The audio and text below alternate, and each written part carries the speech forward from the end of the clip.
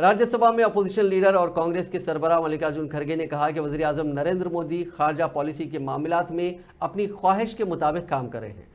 कुलबर्गी में नामानिगारों से बात करते हुए खड़गे से जब मालदीव में जारी तनाज़े के बारे में पूछा गया तो उन्होंने कहा कि वज़ीर आज़म नरेंद्र मोदी हर चीज़ को ज़ाती तौर पर ले रहे हैं। उन्होंने कहा कि बैनुल अक़वामी सतह पर हमें अपने पड़ोसी ममालिक के साथ बेहतर ताल्लुकात रखने की ज़रूरत है, ताहम मुश्किल और बुरे हालात में हमें किसी भी जद्दोजहद के लिए तैयार रहना होगा। खड़गे ने कहा कि जद्दोजहद इसी तरह की जानी चाहिए जिस तरह आनजहानी वज़ीर आज़म इंदिरा गांधी ने की थी और बांग्लादेश को आज़ाद कराया था। ಮೋದಿ ಅವರು ಬಂದ ಮೇಲೆ ಎಲ್ಲಾನು ಕೂಡ ಪರ್ಸನಲ್ ಆಗಿ ಅವರು ತೆಗೆದುಕೊಳ್ತಾ ಇದ್ದಾರೆ. ಇದು ಏನಾಗ್ತಾ ಅಂದ್ರೆ ಕೆಲವು ವಿಷಯಗಳು ನಾವು ಅಂತಾರಾಷ್ಟ್ರೀಯ ಮಟ್ಟದಲ್ಲಿ ಫಸ್ಟ್ ನಮ್ಮ ನೇಬರ್ಗಳಿಗೆ ನಾವು ಚೆನ್ನಾಗಿ ಇಟ್ಕೊಳ್ಳೋದು.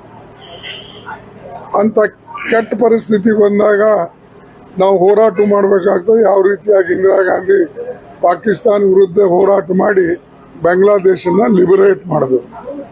ಆ ರೀತಿಯಾಗಿ ಸಮಯ ಅನುಸಾರವಾಗಿ ನಾವು ನಡ್ಕೊಳ್ಬೇಕು. ಇಲ್ಲಿ ಯಾವಾಗಲೂ ಕೂಡ ಯಾರಿಗಾರ ಅವ್ರು ತಪ್ಕೊಳ್ತಾರೆ, ಯಾರಿಗೆ ಅವ್ರು ಕೆಟ್ಟವ್ರಂತ